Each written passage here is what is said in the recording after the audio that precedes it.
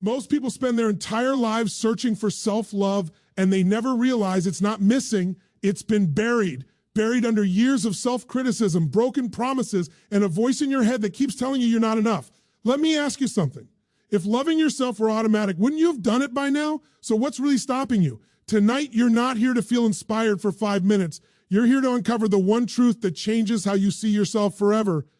Because once you get this, self-love stops being a struggle and becomes a decision. Most people think self-love is something you feel. They're waiting for a moment when confidence magically appears, when the pain fades, when life finally makes sense, and then they'll love themselves. But that moment almost never comes because self-love doesn't begin as a feeling, it begins as a decision. And until you understand that, you'll keep chasing it instead of creating it. Here's the truth most people never learn. Feelings follow actions, not the other way around. You don't wake up one day feeling strong and then start acting strong. You act strong long enough that your nervous system begins to believe you are strong. The same is true with self-love. You don't wait to feel worthy. You decide to treat yourself as if you already are. Think about it. How many times have you said, I'll be kinder to myself when I'm more successful, when I lose the weight, when I fix my life, when I stop messing up? That's not self-love. That's self-rejection with conditions, and conditions will keep you trapped forever. Loving yourself means choosing respect even when you're disappointed in yourself. It means choosing compassion when you fail. It means choosing to speak to yourself like someone you care about, not someone you're trying to punish into change. Because punishment doesn't create transformation.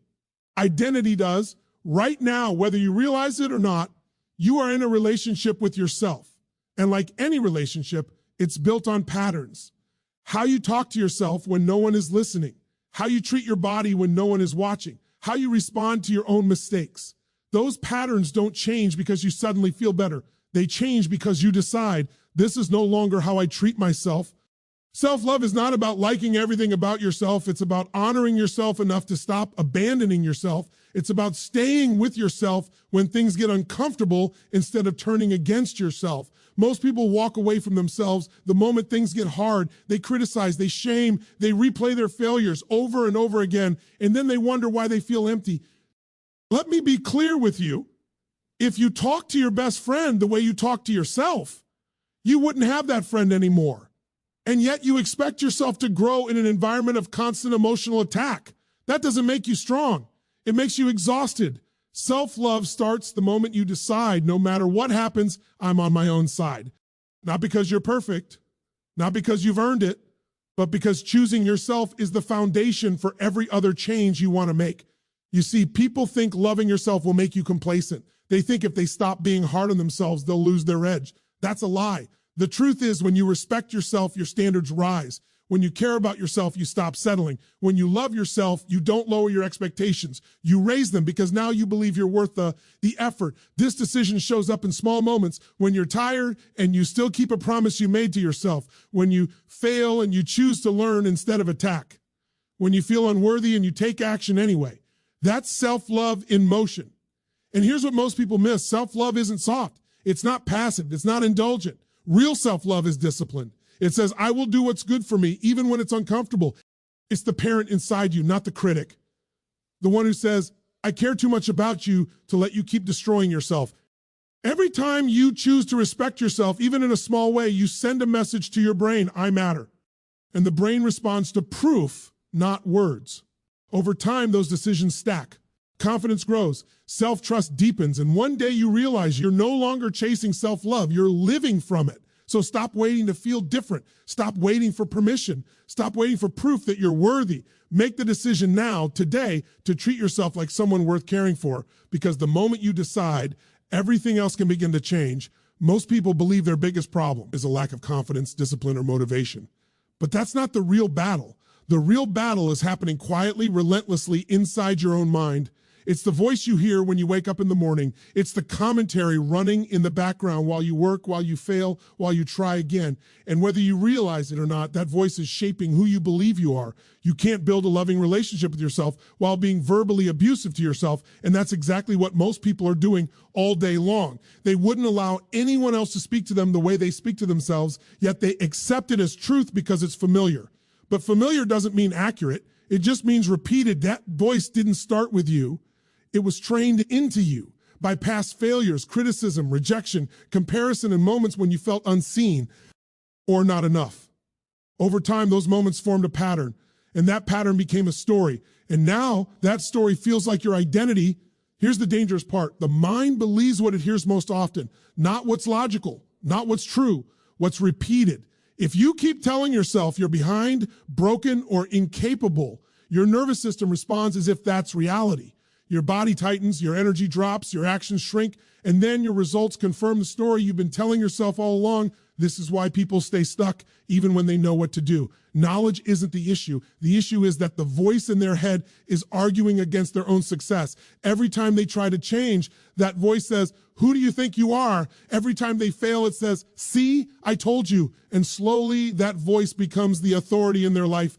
But here's the shift that changes everything. You are not the voice in your head. You are the one who hears it. That voice is a habit, not a fact. And habits can be changed. The moment you begin to observe that voice instead of obeying it, you create space. And in that space, you regain choice. You start to notice patterns like, I always attack myself when I make a mistake, or I minimize myself before anyone else can, or I replay the past every time I feel uncomfortable. Awareness is the first interruption of any pattern. Now, let me be clear. Changing the voice doesn't mean pretending everything is positive.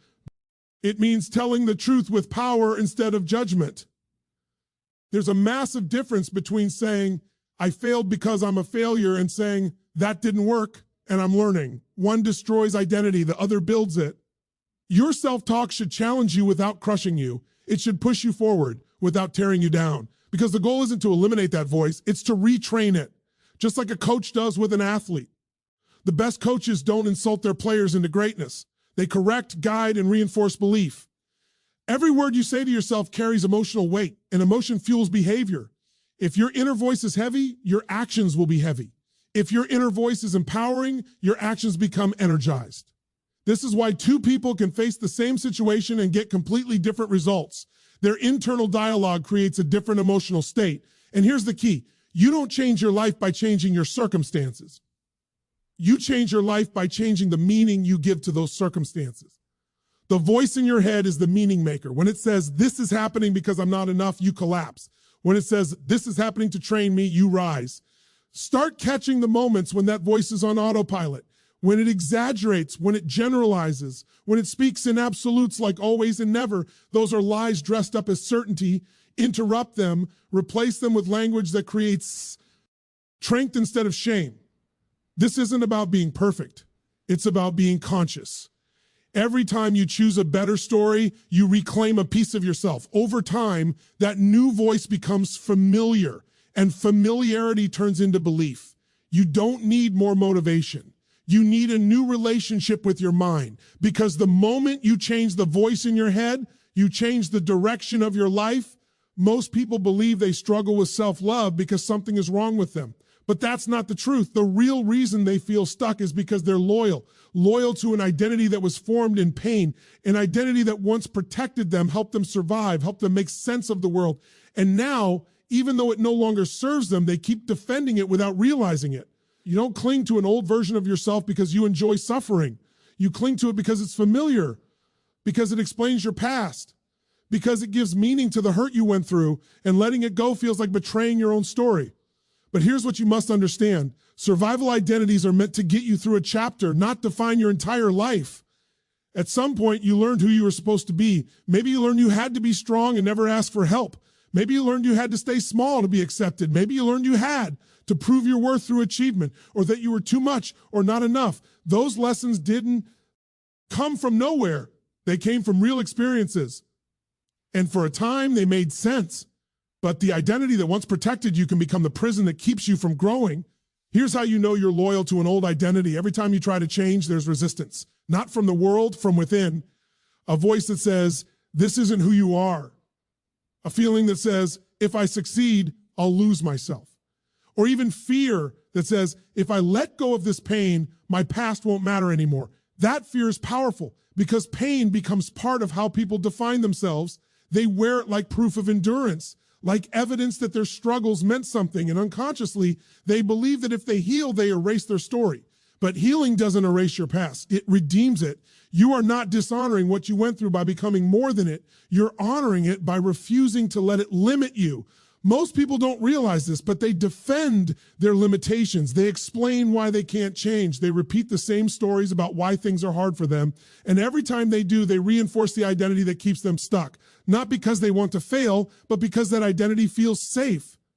Change threatens identity, and the mind will always choose a familiar pain over an unfamiliar possibility unless you consciously intervene. This is why self-love feels impossible for so many people, because loving themselves would require letting go of the versio and of themselves that learn to survive through self-criticism, control, or withdrawal. And that version feels like home, even if it hurts. But here's the turning point. You are allowed to evolve without explanation.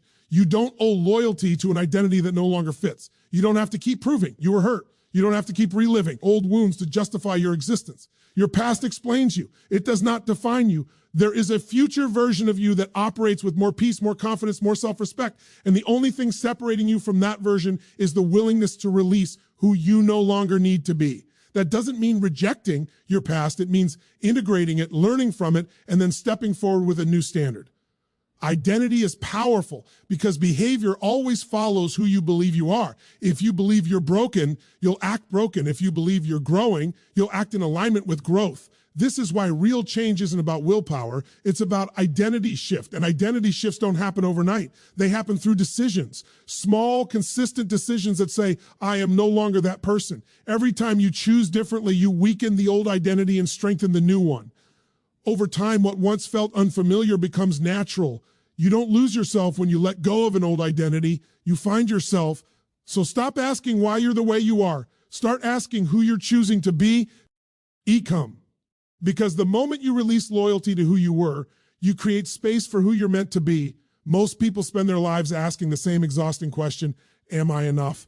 And no matter how much they achieve, how many people approve of them, or how hard they try, that question never gives them peace because it's the wrong question. It keeps you trapped in comparison, judgment, and self-doubt. And as long as you're asking, you'll always be measuring yourself against a moving target that can never be satisfied.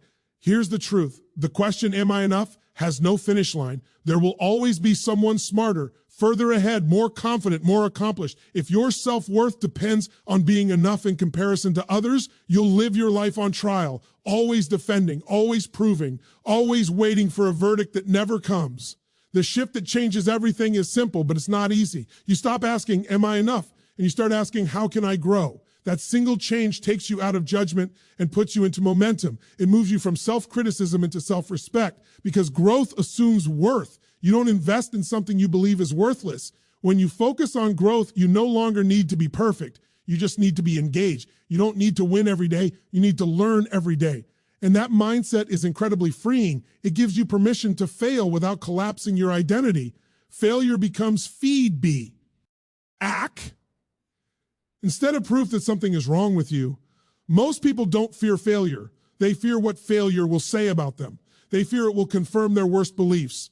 But when your identity is rooted in growth, failure can't define you. It can only inform you. Think about it. Every area of your life where you feel confident today is an area where you once didn't know what you were doing. You didn't wait until you were enough to start. You started, you stumbled, you learned, and over time, competence was built. Self-love works the same way. It grows through participation, not evaluation. The moment you commit to growth, something powerful happens inside you. Your standards rise not because you're trying to prove yourself, but because you care about your potential. You begin to ask better questions. Instead of what's wrong with me, you ask, what's this trying to teach me? Instead of why can't I do this, you ask, what's the next step? And that shift creates energy because judgment drains energy. Growth creates it. Here's what most people miss. Self-love and growth are not opposites. They are partners. Loving yourself doesn't mean staying the same. It means believing you're worth the effort it takes to improve.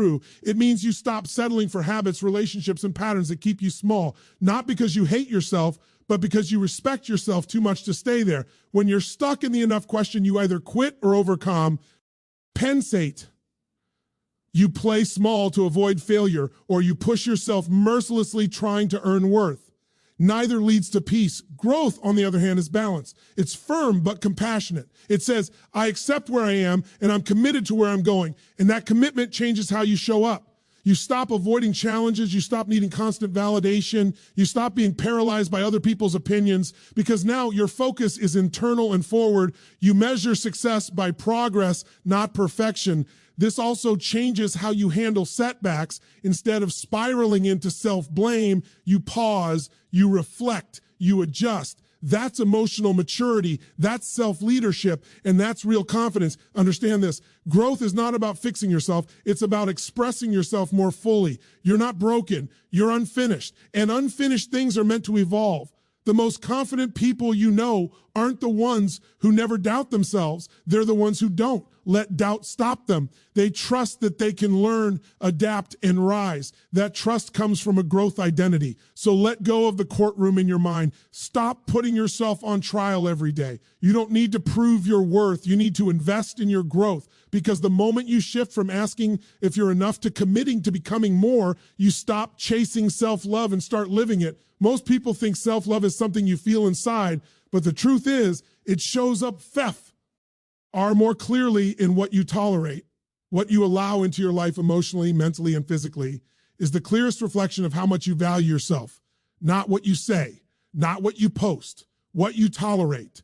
If you accept disrespect, chaos, broken promises, or constant emotional drain, it's not because you don't know better. It's because at some level, your standards have been set there. And standards are never accidental. They are the result of what you believe you deserve. Here's what most people don't want to admit.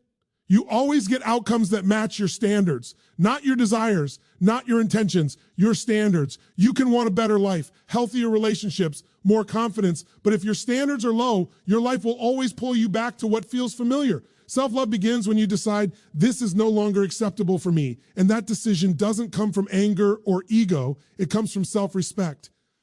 Raising your standards is not about becoming demanding or superior. It's about becoming aligned with your values, aligned with your future, aligned with who you are becoming. When your standards rise, your behavior changes naturally. You don't have to force discipline. You become disciplined because your identity shifts. Look at your life right now, the conversations you stay in, the habits you keep repeating, the way you let people speak to you, the promises you break to yourself. Every one of these is a vote for the level O.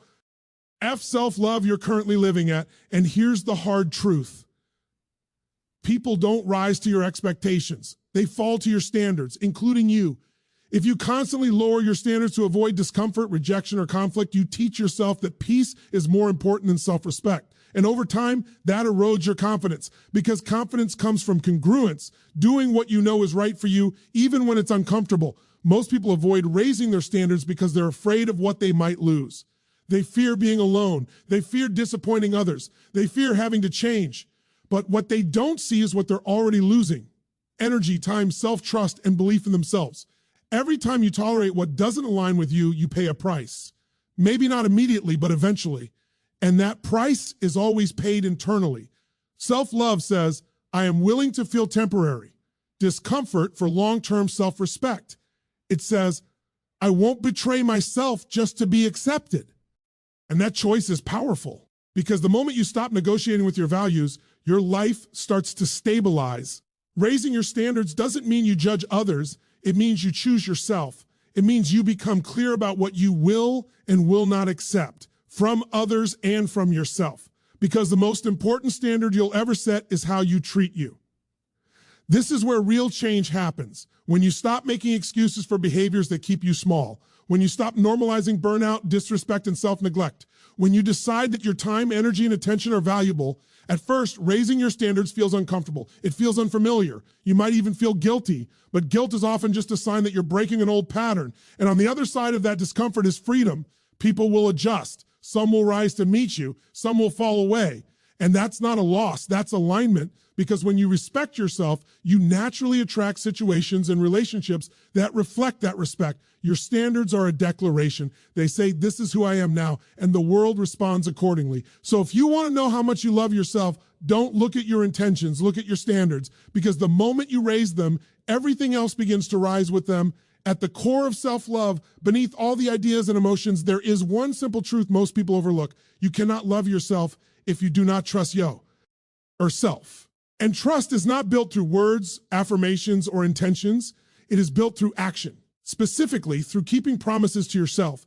Every time you say you're going to do something and you don't do it, something subtle but powerful happens inside you. You may brush it off, but your mind doesn't. Your nervous system records it. It learns, my word doesn't mean much. Over time, that erodes confidence.